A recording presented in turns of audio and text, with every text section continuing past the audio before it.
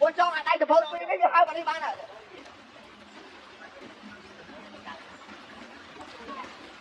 Đó. Bạn thân thì cho ai chụp hình đi á. Coi cái hai bạn đi.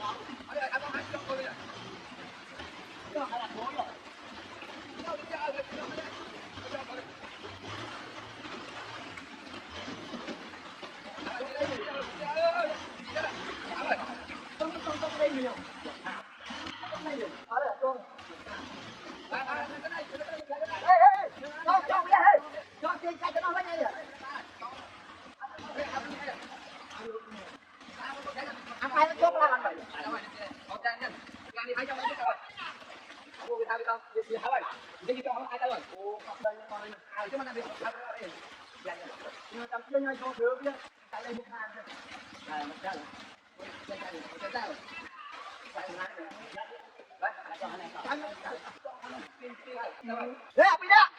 Anh lên chốt, chốt. Lên chốt mà phép.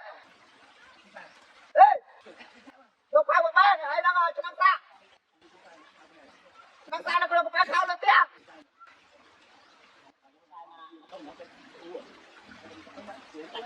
Chân này anh gặp biết đá rồi.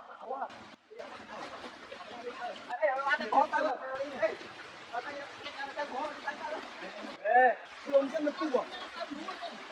Tay nó quá ao.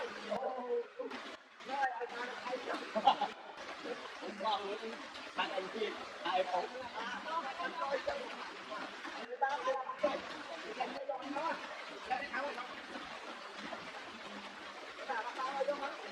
Ông anh chung đâu? Chồng. Em nhắc đi chồng.